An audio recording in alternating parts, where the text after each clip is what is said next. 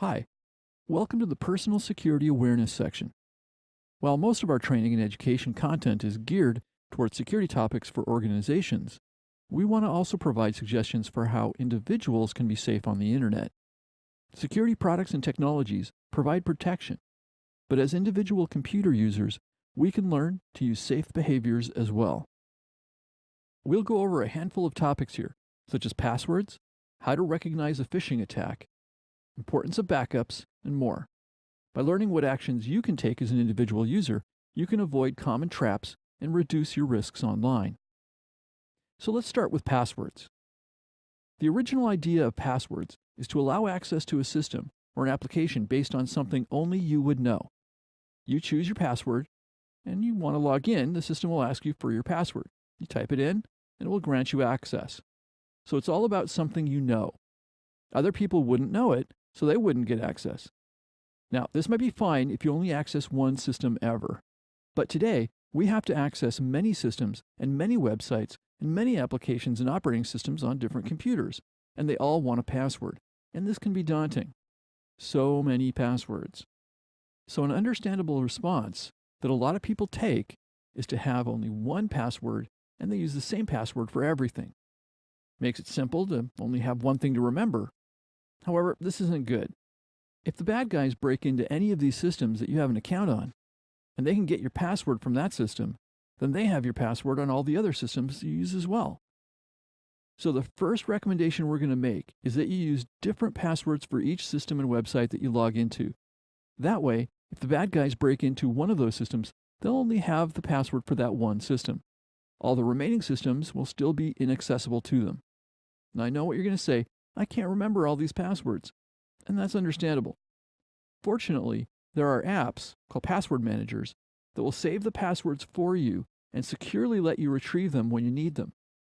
We're not going to recommend a specific password manager because everyone's needs are different, but ask around, do some research, and find one that works for you. Just one suggestion though, be careful where the password manager stores your passwords. If it's in the cloud or any off-device storage, then any attack on that storage will possibly give the bad guys all your passwords.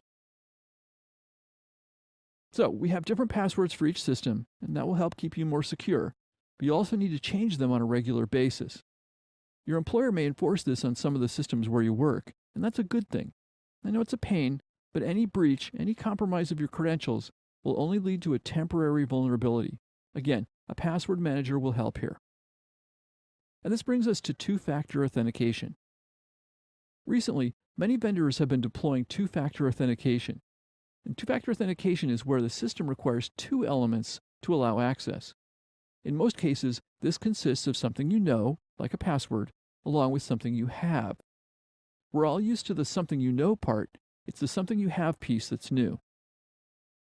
The something you have can take different forms. The most classic form is a physical token that has a display that shows a number that changes regularly. When those are used, you look at the display and enter whatever it says on the login prompt along with your password. The hardware token is synchronized with the system that you're logging into. By using this, even if your password is compromised, an attacker won't be successful without the hardware token. And because it's constantly changing, even if an attacker sees what you enter from the token, it's likely no longer valid. Another option is a software token. These often take the form of an app loaded on a smartphone. The way they work is the same as the hardware token, but you use your smartphone to call up the code. And finally, some systems simply issue a one-time code to allow you access. This code is transmitted to you in a secure way that's set up in advance. The recommendation here is that if a vendor has an option for two-factor authentication, generally it's going to be more secure than just the password alone. Now let's talk about email. Email accounts for over 50% of malware transmissions. A common form of these malware transmissions are in the form of attachments. If you get an email that has an attachment and the email is from someone you don't know, you probably shouldn't open the attachment. Let's back up and talk about how these emails got to you in the first place. No matter if it's a classic spam or phishing emails, someone got your email address and it's been passed around amongst the spammers. While it's difficult to keep your email address completely secret, there are ways to make your email address seem less valuable to spammers. One of the more effective ways is to set your email client to not display downloaded graphic images. With spam email, the mere act of downloading these images tells the spammers that there's a person actually looking at them. This increases the value of your email address as a spam target. Most email clients that support this option allow you to download the images for legitimate email messages. That way they look well formatted and easier to read. And finally, if you get an email message that involves the movement of money, such as the payment of an invoice, even if it's from someone you know, use another form of communication to verify that the message is legitimate before taking action. Now, on to phishing. While this uses email as a transport, it deserves a section of its own. Phishing is where an email gets sent that is masquerading as coming from a sender that you know in an effort to get you to supply sensitive information such as passwords or other credentials, account numbers, credit card numbers, and so forth. These emails look like they legitimately come from the sources you trust, and it can be very hard to tell that they're fake. But there are clues that you can look for to see that they are in fact fake. Let's take a look at some of those clues now. Okay, here's an email that looks like it came from Facebook. Let's look at a few things to see if this is a phishing email or it's a legitimate email. First thing to look at is whether or not it's being sent by Facebook itself. So we look at the sender, and it says something here that looks a little funny. If this person really is a project manager at Facebook, I guess that could happen. I don't think he's going to be sending me notification emails personally. But let's take a look at the email address underneath this. So on my email browser, I just click on this, and it shows me an email address right here. And no, that's not at Facebook. That's at some other domain, and so it's not Facebook. Okay, so that's clue number one, that this is not legitimate. Let's take a look at some other areas here. Now, here's some links. Here's one that says that I have two notifications. And if I put my mouse over that and I hover it, I don't click on it, I just hover over it, my email reader will pop up with what that link actually is, where that link is going to go to. Notice that it doesn't say facebook.com. It says something else other than Facebook. So that's a clue. Clue number two, that this is a phishing email. Now there's a couple buttons here, and my hunch is that if I hover over those, I'll get, yep, sure enough, this is not Facebook, and neither is this one. Okay, there's an unsubscribe button here. If I click on that, if I just hover over it, I mean, where does that go? That goes to someplace other than Facebook. So this is a phishing email. This is not legitimate. This is not real. Okay, so let's take a look at another one that might be a little difficult to determine whether or not it is real. This one says it's from Amazon.com, and it's telling me that I've canceled an order. Now, I didn't place an order from Amazon around this date, so I'm a little curious. So again, let's take a look at the sender, and this time it does say something about Amazon.com. Okay, maybe they I just have made a mistake here. But let's take a look. There's a lot of links on this page. Let's take a look at this link. Nope, that is not Amazon.com. Okay, so that is a huge clue that this is a phishing email. So they want to get me excited and concerned that they've made a mistake on an order and get me to click things. All right, but I'm not going to do that, because I see here that, in fact, if I do click on that, it would take me not to Amazon.com, but to someplace I've never heard of, and I don't want to go there. Okay, and then down at the bottom here, let's take a look at this. Now it says http://www.amazon.com, but if I put my mouse and hover over that link, does it say Amazon? Nope, it does not. It says something else. If I click on that, it won't take me to Amazon.com. It'll take me someplace else I don't want to go. So this is another phishing email. Another clue on this particular one is that the writing isn't quite right. It says, like, for your reference, here's a summary of your order, And below, right next to it, just says, you just canceled your order. Well, that's not really a summary of the order. It's just telling me again that the order has been canceled. And there might be a spelling mistake or two on this page as well. And those are also clues that this is phishing. So there you have it. There's a couple examples of identifying phishing emails with your email reader.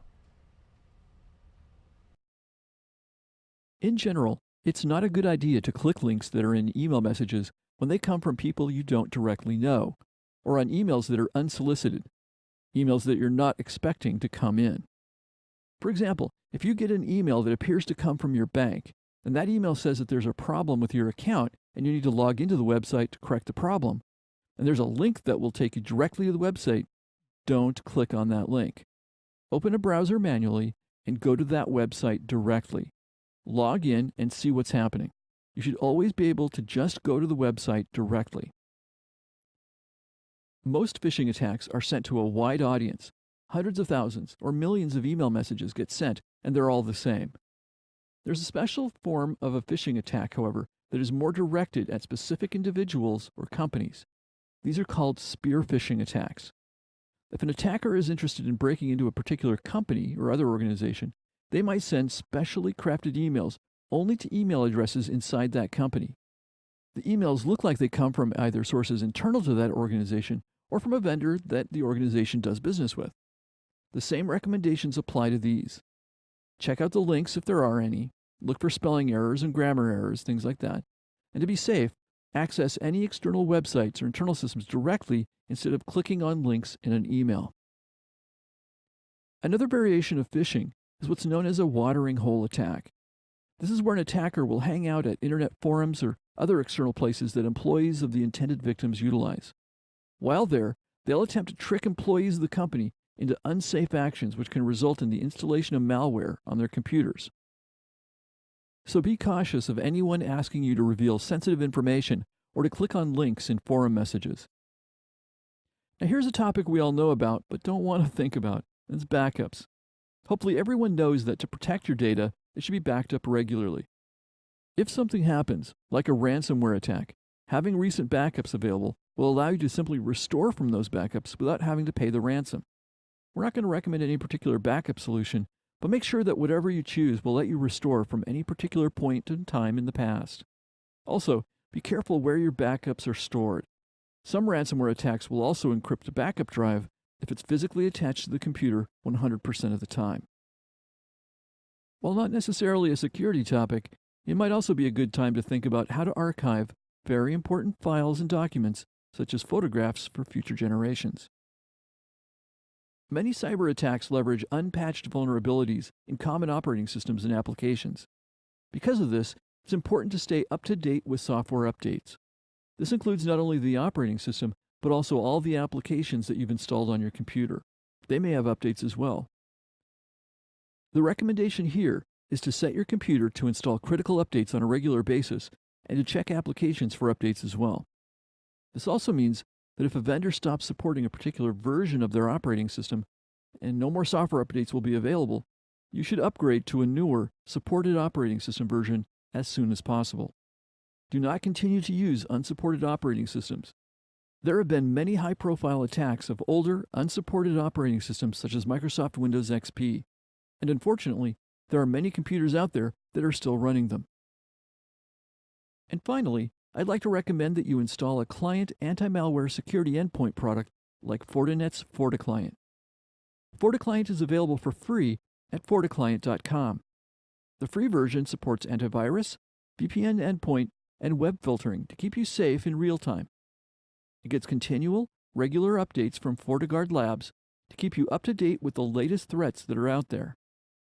FortiClient is available for Windows 7 or higher, macOS 10.8 or higher, iOS, Android, Windows Phone, and Chromebook.